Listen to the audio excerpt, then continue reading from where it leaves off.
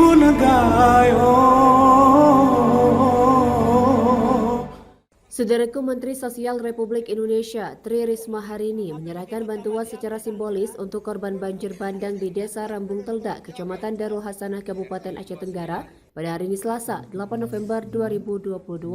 Bantuan itu langsung diserahkan Mensos RI Tri Risma hari ini yang diterima oleh PJ Bupati Aceh Tenggara Dr. Randa Syakir MSI. Adapun bantuan yang akan diserahkan Kementerian Sosial Republik Indonesia sebesar Rp677.825.550.